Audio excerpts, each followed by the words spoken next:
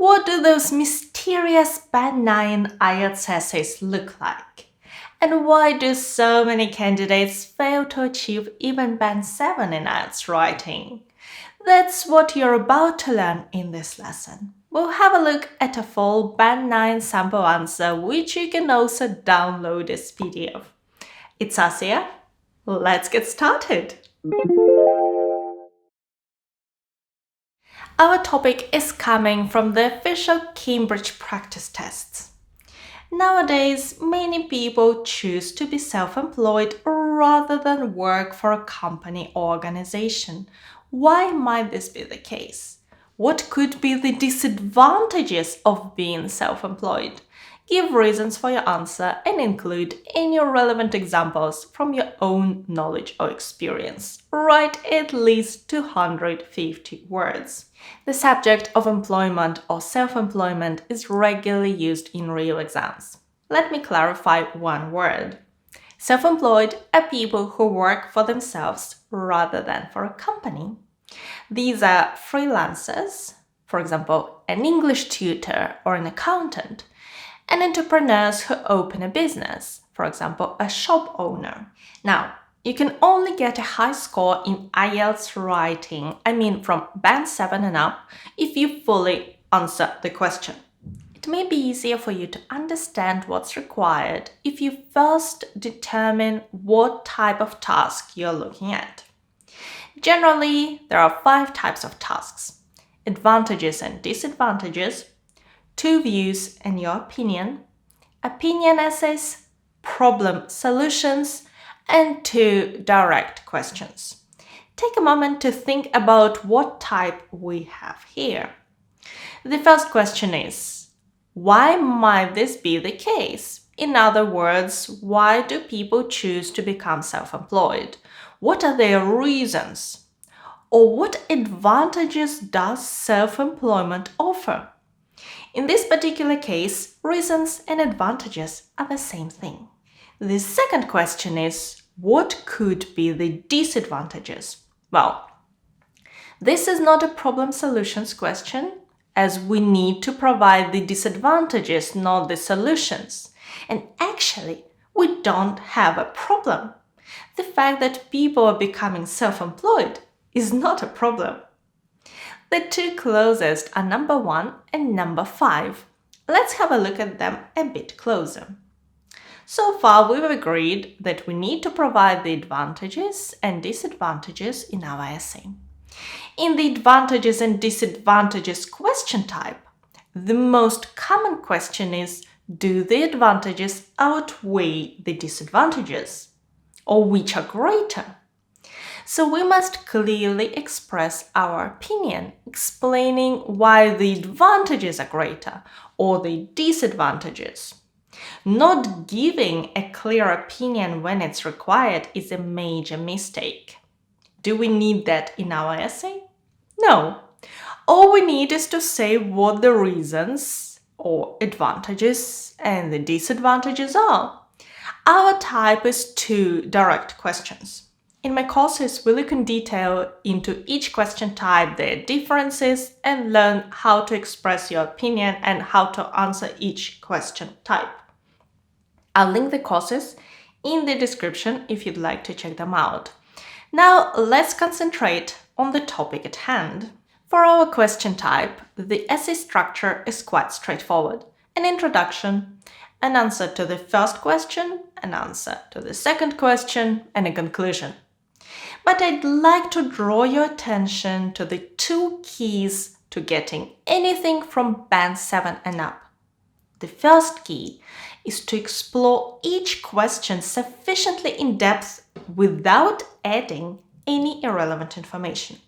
The second key is to logically organize ideas in the essay so that each sentence follows from the previous and all ideas are connected. Let's have a look at how it was done in this essay. The introduction. An increasing number of people today opt to work for themselves instead of having a job. In this first sentence, I directly paraphrase the task sentence. You may choose to introduce the topic more generally first, but I decided that it's not needed in this case. This choice has a number of benefits and drawbacks, which will be discussed in this essay. As we concluded, our task doesn't require an opinion, so I'm just giving an overview of what this essay is about. I prefer not to give a summary of ideas in the introduction and instead keep it for my conclusion. Otherwise, it's hard to avoid repeating yourself. The important point is that your introduction is short and to the point. Keep your time for the body paragraphs. In the first body paragraph, we're answering the first question. Why might this be the case? I have two main ideas to present. Self-employed may potentially earn more money than someone working for a salary, and they have more flexibility. I mean, they can choose their working hours, holidays, and where to work from. Before you get into all the details and examples, make sure you have a topic sentence that introduces the whole paragraph. Here's mine. Some of the most common reasons for self-employment are the income and lifestyle that it may provide. So I introduced both my ideas. Now I'm going to talk about the first. Unlike employees, whose responsibilities and income are determined by their employers, people who work for themselves are free to implement their ideas as quickly as they can, and they receive all the revenue. Let's develop it further. What does it mean? That means that self-employed people can potentially earn much more than those with similar skills and experience who work for a salary. Now, the second idea and a linker. Moreover, not having a boss means that people can choose their own working hours and number of holidays, among other things. This reason is clear. Don't think that you have to clarify everything. If your idea is clear, don't repeat it several times. Make your point and move on. To wrap up or to finish this paragraph, I'm going to sum up my ideas and link this paragraph back to our initial question. Not surprisingly, more and more people are leaving the safety of a salary job to become self-employed. Most IELTS candidates know they need to have several paragraphs in the essay, but it's equally important to have a logical structure inside each paragraph. In this paragraph, it's clear what it's about, when it begins and when it ends. And it's very important for a good score.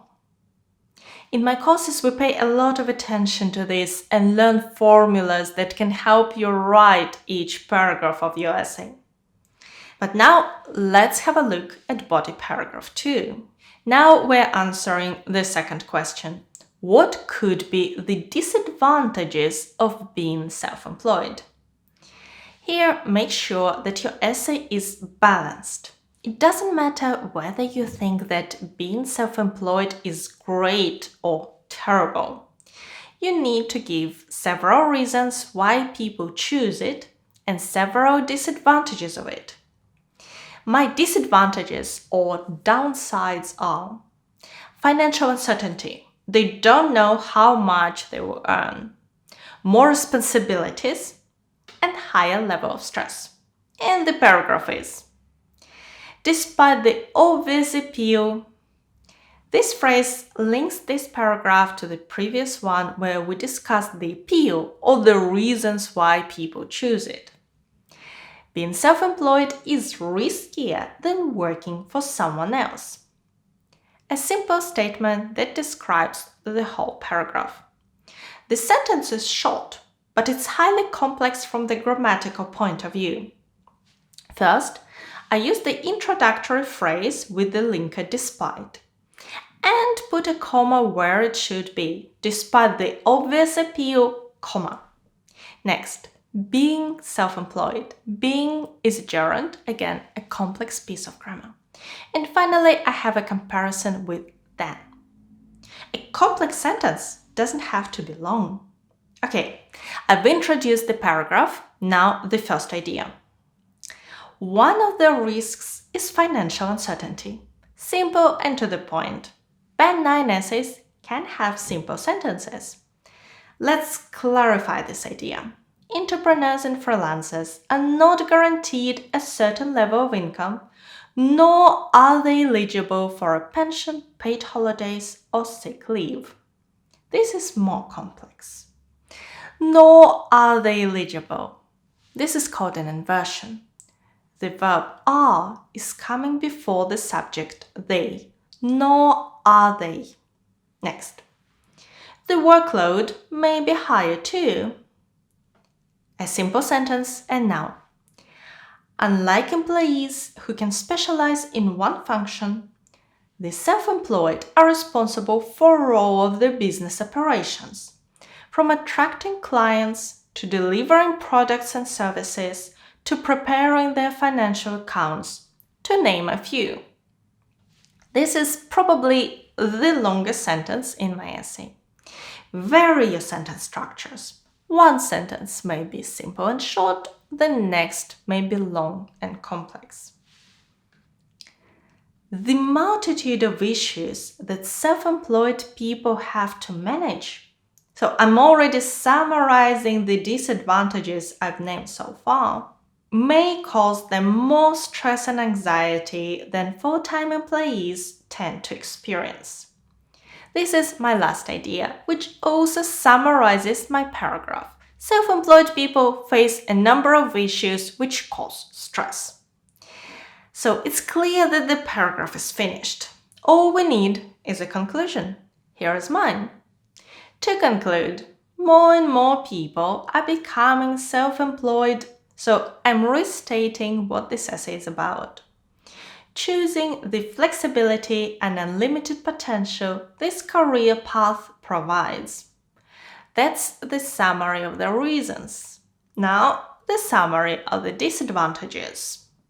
On the downside, these people are not guaranteed any income and must take full responsibility for themselves.